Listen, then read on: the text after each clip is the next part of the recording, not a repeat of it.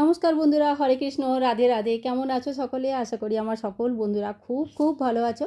তো আজকের ভিডিওটা শেয়ার করার জানো তো অনেকগুলো কারণ আছে। এক তো তোমাদের অনেক অনেক মানে ভালো ভালো এত সুন্দর সুন্দর কমেন্ট করেছো, সেই কমেন্টগুলো তো পড়ে শোনাতে ইচ্ছে করে, তো ওগুলোও শোনাবো। আর তার সাথে দেখো আজকে রবিবার, কিন্তু আমি না এতটুকুও চিটিং করিনি, কোনো চিটিং নেই। আজকেও কিন্তু আমি সকাল সকাল উঠেছি, একদম ভোরবেলায় ঘুম থেকে উঠেছি আর আমার নিজের সমস্ত কাজগুলো সেরে ফেলেছি। তো এই ভিডিওটা দেখানোর জানো তো মূল উদ্দেশ্য কী, যে আমার নিজের কাজটা তো হচ্ছে, একটা কারণ তো আমি পাচ্ছি ভোরবেলায় ওঠার। আর তার সাথে সাথেই তোমাদেরকে কিন্তু মানে একটা ইন্সপিরেশনও হবে যে দিদি যদি ওঠে, দিদি যদি করে, তাহলে আমরাই বা কেন উঠতে পারি না, বা আমরাই কেন করতে পারবো না। তো দেখলে ভোরবেলা একদম মানে সেই 3টে কত বাজছিল, মানে 3:45 হচ্ছিলো আর কি। বাইরেটা পুরো অন্ধকার, আর কি সুন্দর লাগে না বাইরেটা দেখতে, কিন্তু এই সময় না বাইরে মশা খুব থাকে, তাই দরজাটা বেশি খোলা যায় না। আর এই বিনসগুলো শুকোবার জন্য রেখেছিলাম, এখানেই প্ল্যাটফর্মে রেখে দিয়েছিলাম কিচেনে। তো এগুলো শুকিয়ে গেছে, সকাল সকাল এগুলো তুলিয়ে নিই, কারণ এখানটা খালি না হলে আবার ঠাকুরের সেই ঘটি রাখা, তারপর আরও নানা রকম জিনিসপত্র রাখা এগুলো থাকে। তো তো এইখানটা আগে ভালো করে ক্লিন করে নেবো। তো সকাল সকাল না মানে যখন উঠি আমি, তখন মানে মনে হয় যে কিছু একটা করছি, আবার আমাকে দেখে অনেকের ভালো লাগছে। সত্যি কথা, এই কথাটাগুলো মানে বেশ মনে একটা না কী বলে পজিটিভ এক চিন্তাধারা নিয়ে আসে। আচ্ছা, মুক্তা গড়াই বলেছেন যে দিদি আমি এই মাসে কি নারায়ণ পুজো করা যাবে? তো মুক্তাদি, আমি তো বুঝতে পারছি না, দেখো কার কত বয়স বোঝা যায় না, তো এখানে খালি নামটা আসে। তো মুক্তা, আপনি মানে নারায়ণ পুজো করা যাবেন মানে এই মাসে পুরো নারায়ণ পুজোর জন্যই এই মাসটা হলো ফেমাস। অধিক মাস মানেই হচ্ছে শ্রীকৃষ্ণ, বিষ্ণু, নারায়ণ, মানে লক্ষ্মীনারায়ণ, এদেরই পুজো করা, পুরুষোত্তম ভগবানের পুজো করা।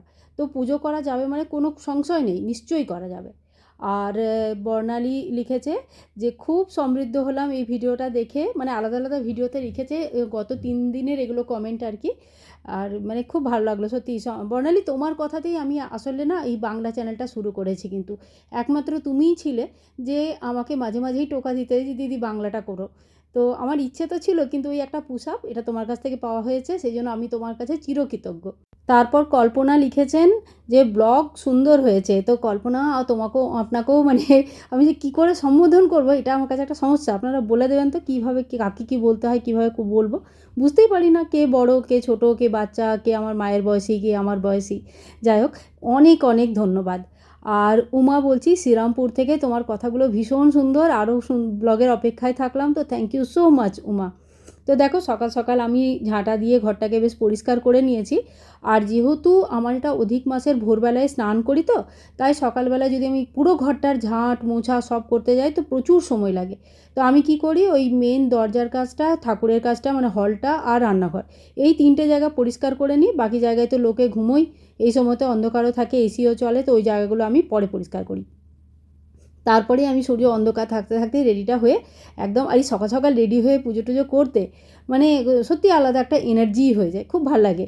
আর তোমাদেরকে দেখাচ্ছি, দেখো এখনও 5টাও বাজেনি, মানে আমি না ভুলেই গেছিলাম যে ঘড়িটা দেখাতে হবে, তো একদম খেয়ালই ছিল না। তো হঠাৎ করে মনে পড়লো যে আরে ঘড়িটা একবার দেখিয়ে দিই, তাছাড়া তো হবেই না। তো এই দেখো দাঁড়াও দেখাচ্ছি, এইখান থেকে এখানে দেখা যাচ্ছে, দেখো তো উপরে 5টা বাজেনি, এখন 5টা বাজতে 5 মিনিট এখনও দেরি আছে। তো আমি রেডি হয়ে চলে এসেছি, আর সকাল সকাল কথা বলতে তোমাদের সাথে ভীষণ ভালো লাগে। আর তারপরে দেখো উর্মি বিশ্বাস লিখেছে সাবস্ক্রাইব করলাম। তো thank you so much Urmi. এরকম মানে বলে না বুঁদ বুঁদ থেকে সাগর তৈরি হয়, এরকম একটা একটা করে যদি বন্ধু আমার জোগাড় হতে শুরু হয়ে যায়, আর তোমাদের সুন্দর সুন্দর কমেন্টস, তাহলে আমারও ভিডিও বানাতে খুব খুব মানে প্রেরণা পাবো। আর তার সাথে তোমাদের আশীর্বাদে ভালোবাসাতে আমরাও অনেক বড় একটা ফ্যামিলি হয়ে যাব। অর্পণা বিশ্বাস লিখেছে দিদি তোমরা কি নিরামিষ খাও? আর এই একই কোশ্চেন কিন্তু উর্মি বিশ্বাসও করেছেন। আর উর্মি বিশ্বাস লিখেছেন যে তোমাদের মন্দিরটা খুব সুন্দর। Thank you so much Urmi. আর যেটা জিজ্ঞেস করেছো নিরামিষ খাও, তো দেখো পেঁয়াজ রসুন তো বাড়িতে হয়, মিথ্যে কথা বলে লাভ নেই, পেঁয়াজ রসুন হয় বাড়িতে, কিন্তু আমি ওই মাছ মাংস এসব খাই না। আর মানে কি বলবো, আমাদের কোথাও কিছু বারণ নেই, জানোই বাঙালি বাড়িতে এসব হয়েই থাকে, কিন্তু আমি বহু বছর হয়ে গেল, বহু বছরও ঠিক বলা উচিত নয়, আমার মাত্র 6 বছর বয়স ছিল, আমি তখনই ছেড়ে দিয়েছিলাম, মানে মাংস টাংস খাওয়া তখনই ছেড়ে দিয়েছিলাম, কিছু কারণে ছাড়া গেছিলো। তারপর থেকে আর কোনোদিনই খেতে পারিনি। তো মাঝখানে তারপরে কিন্তু ডিম টিমগুলো খেতাম, কিন্তু এখন আর হয় না আর কি। তো সেরকম ব্যাপার। আর একটা দেখো কোশ্চেন এসছে যে সুজাতা প্রশ্ন করেছেন যে দিদি আপনি থালাতে সব ঠাকুরকে যে ভোগ নিবেদন করলেন এরকম কি করা যায়, একটু ব্যাখ্যা করে বলে দিলে ভালো হয়, অনেকে পঞ্চদেবতার আলাদা আলাদা ভোগ দেন। দেখুন পুজো পাঠটা এমন জিনিস না, যত বড় করবেন তত বড় হতে থাকবে, যত এলাহি করবেন তত এলাহি হতে থাকবে। এখন বৃহস্পতিবারের লক্ষ্মী পুজো বাড়িতে যখন নিজের মতন করে নিই তখন নিজের মতন হয়ে যায়, আবার সেই পুজোয় যখন আমরা পুরোহিত ডাকিয়ে করি তখন সারাটা দিন লেগে যায়। তো পুজো কোনোটাই ছোট বড় নয়। আর পঞ্চদেবতার ভোগ রাখা, তুলসী তলায় ভোগ রাখা, ঠাকুরের আলাদা আলাদা ভোগ রাখা, তুলসী কোথাও কোনো ভোগে তুলসী পড়ে কোনো ভোগে পড়ে না, তো এরকম বহু নিয়ম আছে, যদি সম্ভব হয় করতে পারেন তাহলে খুবই ভালো। কিন্তু আমার জানেন তো হয়ে ওঠে না, মানে আমি যেহেতু এখানে একাই সমস্ত সংসারটা সামলাই, তারপরে হাজব্যান্ডের যেমন সকলেরই থাকে, হাজব্যান্ডের অফিস বা বাড়ির কাজে সেরকম হাত হয় না, সেক্ষেত্রে আমি কী করি, একটা ছোটো বাটিতে আলাদা করে তুলসী পাতা দিয়ে দিই আর একটা থালাতে ফল টল কেটে সকলের জন্যই রাখি। তো ওইভাবেই আমি পুজোটা শুরুর থেকেই করি, আগে জব করতাম এখন অবশ্য করি না, কিন্তু কী বলবো ওইভাবেই অভ্যাস আছে আর ওইভাবেই আমি করতে থাকি। ঠিক আছে। আর এরপরে দেখো সকাল সকাল চলে এসেছি, এইখানে আমাদের বেল বৃক্ষ আছে, একটা বেল গাছ আছে ছোট্ট মতন। আচ্ছা আরেকটা কোশ্চেন এসেছিলো, নামটা আমার মনে পড়ছে না, কিছু মনে করো না, বাড়িতে কি কলা গাছ লাগানো যায়? তো দেখো আমার ছোটো ছোটো গামলাতে দেখো সব গাছই আছে, কলা গাছ আছে, আমলা গাছ আছে, তারপরে বেল গাছ আছে, বট গাছ আছে, তুলসী আছে, কিন্তু তাদের ছোট স্বরূপে আছে। আর প্রতিদিন পুজো করতে হয়, যদি দেববৃক্ষ কিছু বাড়িতে থাকে তাকে কিন্তু খোলা জায়গায় রাখবেন, মানে এইরকম না যে বাড়ির ভেতরে সাজানো গাছ গোছানোর জন্য বাড়িতে এসব গাছ লাগানো হয় না। বাড়ির সাধারণত যে সমস্ত অংশগুলো খোলা, ছাদ, ব্যালকনি, উঠান, এই সমস্ত জায়গায় লাগাতে হয়। আর দেববৃক্ষ লাগানোর একমাত্র নিয়ম হচ্ছে যে সকাল সন্ধ্যা ধূপ দ্বীপ পুজো অর্চনা করা হয়, জল যেন পড়ে, কোনো দিন যেন গাছ মানে কোনো কারণে বিশেষ কারণে শুকিয়ে গেল তাই, কিন্তু অযত্নে যেন শুকিয়ে না যায়। তো এই নিয়মগুলো যদি মানেন তাহলে দেববৃক্ষ ঘরে লাগানো যায়, পুজো পাঠ করা যায় এবং তাতে অনেক ভালো ভালো ফল পাওয়া যায়। হ্যাঁ না। তারপরে দেখো আরেকটা কোশ্চেন করেছে যে কে পূর্ণিমা সাহা, ইনিও কিন্তু একই কোশ্চেন করেছেন, দিদি নিরামিষ কি খাও? তাহলে আমি কিন্তু এটার অ্যান্সার দিলাম, হ্যাঁ নিরামিষ আমাদের বাড়িতে পেঁয়াজ রসুনটা হয়। আর উর্মি বিশ্বাস বলেছেন আমি নতুন চ্যানেল খুলেছি, 4 মাস হয়ে গেল, প্রচুর ধৈর্য লাগে। হ্যাঁ উর্মি ঠিক বলেছো, কেননা এখন না বিলিয়ন্সে লোকে চ্যানেল করছে, তাদের নিজেদের লাইফস্টাইল তুলে ধরছে, এবার কোনটা মানুষ দেখবে কোনটা দেখবে না সত্যিই বোঝা খুব মুশকিল। এই দেখো আমি কত সুন্দর করে সব কিছু দেখাবার চেষ্টা করি, কিন্তু কয়েকজনই মাত্র দেখে, সবাই কি আর দেখছে? যত পরিশ্রম থাকে তত হয়তো ভিউ পাওয়া যায় না, সত্যি পাওয়া যায় না, কিন্তু মানে কোথাও না কোথাও নিজেদের লাইফস্টাইলটা ভালো হয়ে যায়, একটা নিয়মের মধ্যে থাকি, কথা বলতে শিখি, মনে হয় আমার অনেকগুলো বন্ধু আছে যারা আমাকে ভালো ভালো কমেন্টস করে, তো মনের দিক থেকে আনন্দ হয়, এইসব আর কি। আর এই যে প্রদীপটা দেখালাম এটা হলো 33 বাতির প্রদীপ, অধিক মাসে দিতে হয়।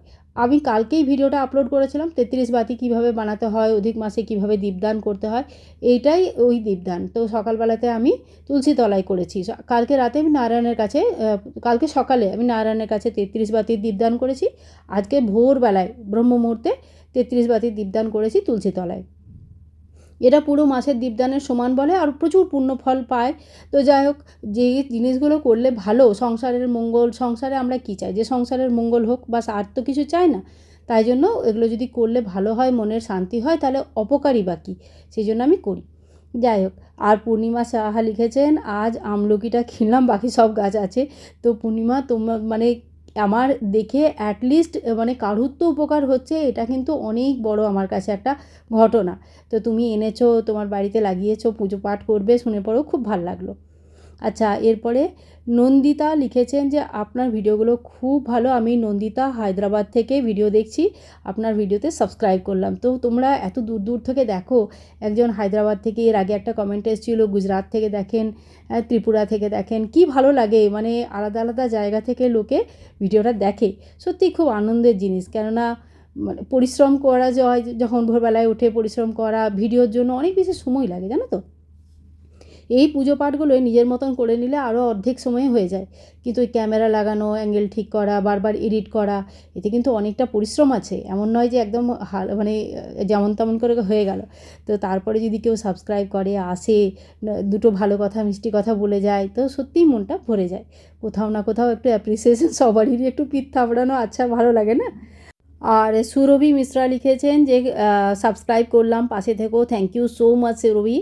আর দেখুন পূর্ণিমা সাহা লিখেছেন ঠিক কথা, যেটাতে আমি না অনেক ইয়ে দিয়েছিলাম, মানে কিছু আমিষ খেয়ে গোপাল সেবার করা নিয়ে পরে কিছু একটা ভিডিও বানিয়েছিলাম অনেক দিন আগে, 2 বছর 3 বছর হয়ে গেল প্রায়।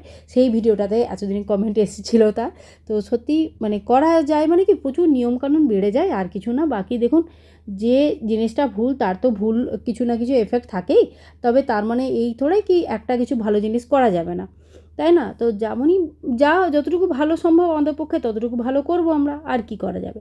ঝুম্পা অধিকারী লিখেছেন ফার্স্ট ভিডিও দেখলাম আর মন ভরে গেল, রাধে রাধে। তো রাধে রাধে ঝুম্পা, সত্যি তুমি সঙ্গে থেকো, আর এইরকম আরও অনেক ভিডিও তোমাদের সকলের সাথে শেয়ার করব, নিশ্চয়ই দেখবে, তোমরা দেখলে তবেই তো আনন্দ আমার।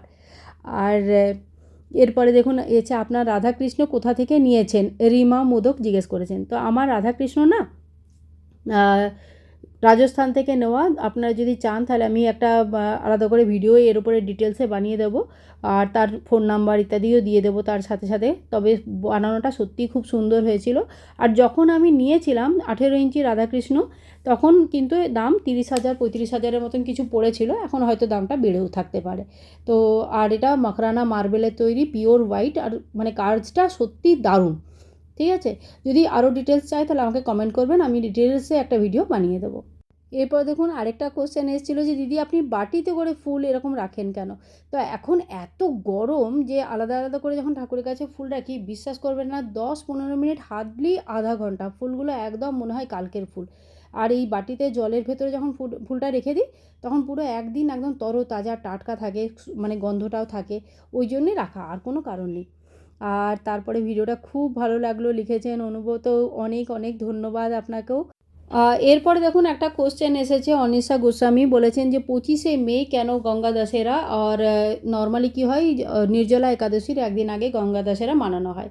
তো আপনাকে জানিয়ে রাখছি যে এরকম কেন জিজ্ঞেস করেছেন, তার কারণ হচ্ছে যে প্রতি 3 বছর অন্তর অন্তর একটা মাস এক্সট্রা আসে, যাকে অধিক মাস বা পুরুষোত্তম মাস বলা হয়। আর এই বছর পুরুষোত্তম মাসটা জ্যৈষ্ঠ মাসে পড়েছে, মানে দুটো জ্যৈষ্ঠ মাস পড়েছে। আর জ্যৈষ্ঠ মাসের শুক্লপক্ষের দশমী তিথিতে দশেরা, গঙ্গা দশেরা পালন করা হয়। তাই প্রথম জ্যৈষ্ঠ মাসের প্রথম যে দশমী তিথি আসছে সেটাতে গঙ্গা দশেরা পালন করা হচ্ছে আমাদের, সেই জন্যই এটা এবারে নির্জলা একাদশী থেকে 1 মাস এগিয়ে গেছে, কেননা দুটো জ্যৈষ্ঠ মাস চলে এসছে, যার জন্য এরকম গণ্ডগোলটা হয়েছে। নাহলে প্রতি বছর নিয়ম অনুযায়ী নির্জলা একাদশীর একদিন আগেই যে একাদশী গঙ্গা দশেরার পুজোটা সেটা হয়ে থাকে। আর এই দেখুন আমার আরতিও হয়ে গেল। আমার ভিডিওটা নিয়ে কিছু বলার সুযোগই পাচ্ছি না, আমি যে মানে পুজো টুজো করে যাচ্ছি না, এগুলো নিয়ে কোনো কোশ্চেন থাকলে আপনারা জানাতে পারবেন। হ্যাঁ, এবারে সবাইকে আরতিটা দেখিয়ে দেবো। লাড্ডু গোপালদের আমাদের চান হয়ে গেছে, তাদের ড্রেস চেঞ্জ করা হয়ে গেছে।